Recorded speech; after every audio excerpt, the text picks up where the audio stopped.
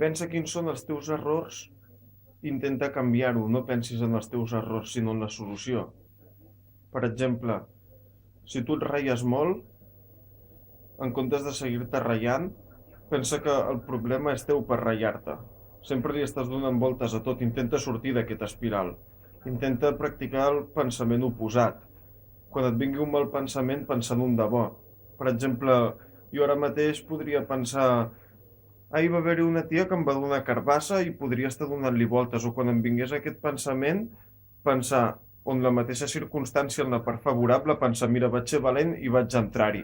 Jo mateix anar-m'ho repetint, vaig ser valent i vaig entrar-hi. Que valent que vaig ser molt valent i vaig tenir molt de valor, no tothom ho hagués pogut fer, no tothom hagués tingut els collons de fer-ho.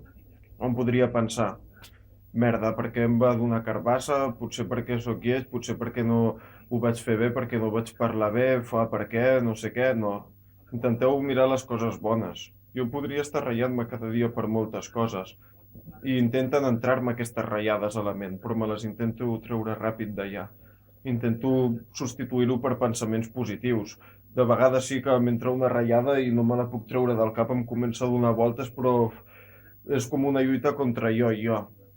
Vosaltres, quan us vingui una ratllada, el que heu de fer és intentar canviar-ho per algú millor, encara que costi. Ho podeu fer. És l'actitud davant aquests problemes mentals, els podeu superar si us hi fiqueu de veritat, intenteu, més que pensar en el problema, en la solució, quan teniu alguna ratllada.